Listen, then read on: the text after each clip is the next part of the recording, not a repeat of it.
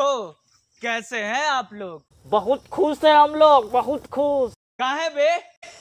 काहे कि आज हम पैंट के अंदर चड्डी न पहने हैं, वो भी नया नया।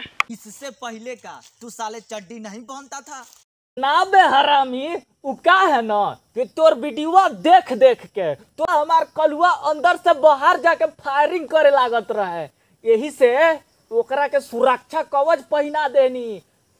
सुरक्षा कवच मतलब चड्डी पहना देनी।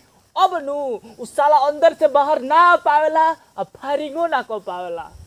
चल अब ज्यादा दिमाग मत खराब कर कलुए। साले पवन सिंह का वीडियो आया है, अब मुझे रोस्ट करने दे। ए भड़वे, पवन सिंह के बारे में उल्टा सीधा मत बोलना, क्योंकि पवन सिंह के हम वो वाले फैन है, बड़े वाले फैन है। अगर उनके बारे में उल्टा सीधा बोलेगा तो साले वहीं पर यही पटक के चोट देंगे। मुझे चल निकल निकल मार दर। अभी मजा आएगा ना भिड़ो।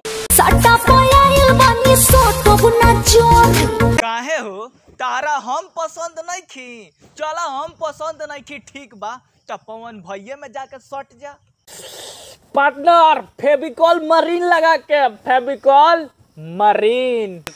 अच्छा, हमको सिखा रिया है।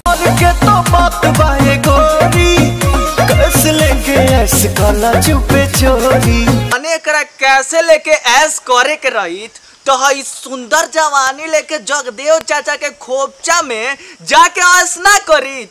होई साला 2 रुपया के स्टेज पर चढ़ के पवन भैया के साला चुम्मा देत रही। ए हरामी, पवन सिंह को साला मत बोलना, नहीं तो मार लेंगे, फाड़ देंगे और तुमको बर्बाद कर देंगे। मार के बर्बाद कर देबा। लाना सार तू नहीं, पहले गरैया धला धला धला सार तू नहीं। कंट्रोल।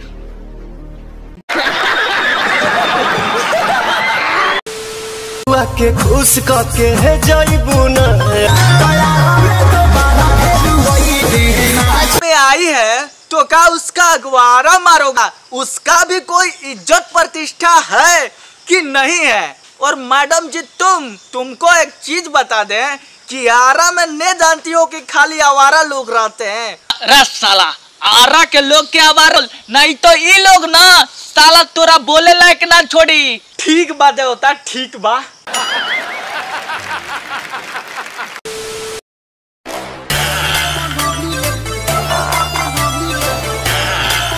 ई कह रे साला अभी वीडियो स्टार्ट ना भइल, हई खेसारी कांड देखावल शुरू हो गईल। वाह भैया जी, आप तो एकदम गांड मार के रख दिए।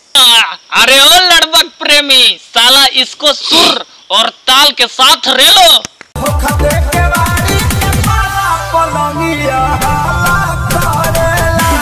वाह भैया खेसारी, आप तो एकदम साइंस का कह के गांड मार लिए हैं। अच्छा, नहीं साला पलंग हाला कर रहा है। लौड़ा का सरकार है। बेटी चो।